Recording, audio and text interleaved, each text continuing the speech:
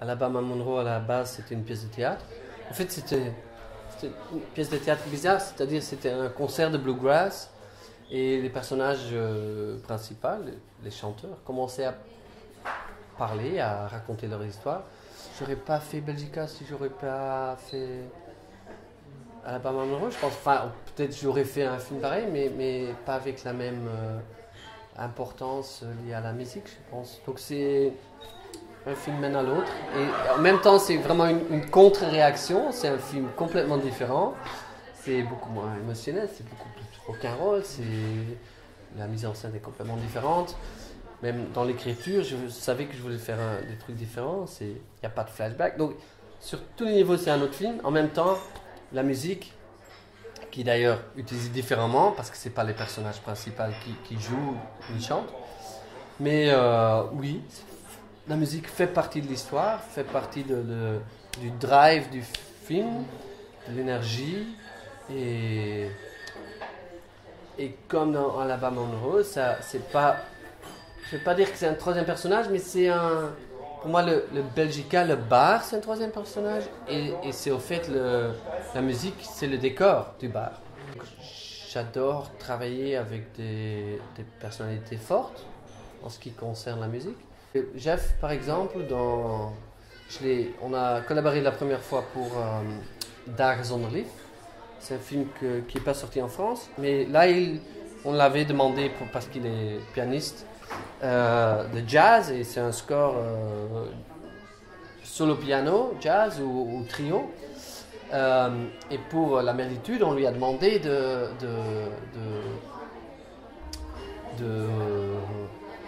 faire une score symphonique au fait. Donc il y a un peu de piano, mais au fait lui il avait envie de faire quelque chose de plus grand et il a fait. Voilà, et c'était avec les violons, c'était un vrai truc quoi. C'est pour lui la première fois qu'il composait pour un orchestre, disons. Au fait, à la fin, on n'avait pas les moyens de payer un orchestre, donc c'était l'enregistrement était différent, on a doublé, mais je crois qu'il a fait un super boulot. Donc, je sais pas si vous connaissez Soulwax, vous savez tout ce qu'ils ont fait, mais donc au fait ils ont commencé comme groupe de rock et ils ont commencé à tourner des disques, à jouer DJ et faire beaucoup de remix aussi, et leur groupe s'est évolué en groupe électro un peu, enfin pas un peu, beaucoup, et ça s'appelait Night Versions. Et donc au fait dans le film, on voit plein de spin-off de leur propre groupe.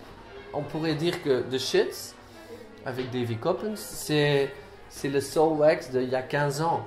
Mais en nouvelle version, on pourrait dire que le groupe en blanc, électro, avec seulement des filles, c'est un spin-off de eux, Night Versions, 10 ans plus tard. Donc c'est tous ils jouent avec leur identité et leur identité prend énormément de forme. C'est vraiment, c'est fou tout ce qu'ils ont fait dans leur vie déjà. C'est fou parce qu'on avait 8 semaines de préparation, donc, et encore pendant le tournage, ils ont continué à travailler jusqu'à la fin du tournage pour qu'ils aient presque 5 mois pour avoir tous les morceaux qui sont dans le film et tous les groupes et pour faire le casting et tout ça. Et puis encore 5-6 mois pour faire tout le reste, parce que chaque morceau, sauf 3 ou 4, qu'on entend, est fait par eux. Ils ont fait le casting, ils ont fait leur styling, ils ont créé les groupes, quoi. Ils ont inventé des noms pour les groupes. Quand on voit le CD ou le playlist, c'est tous des groupes faux. Pour toutes les raisons, ils étaient les bonnes personnes. Les seules personnes qui pouvaient faire ça, ils connaissent moi, ils connaissent le lieu, ils viennent des Gants, ils ont un goût super éclectique, super... c'est pas... C'est général d'une façon, et d'autres, c'est beaucoup de trucs qui se détestent. Donc c'est très... C'est spécial, c'est très spécial, je trouve. Tout ce qu'ils ont fait, où leur goût est super spécial et belge, je trouve. au fait. Et je me reconnais là-dedans d'être super sérieux sur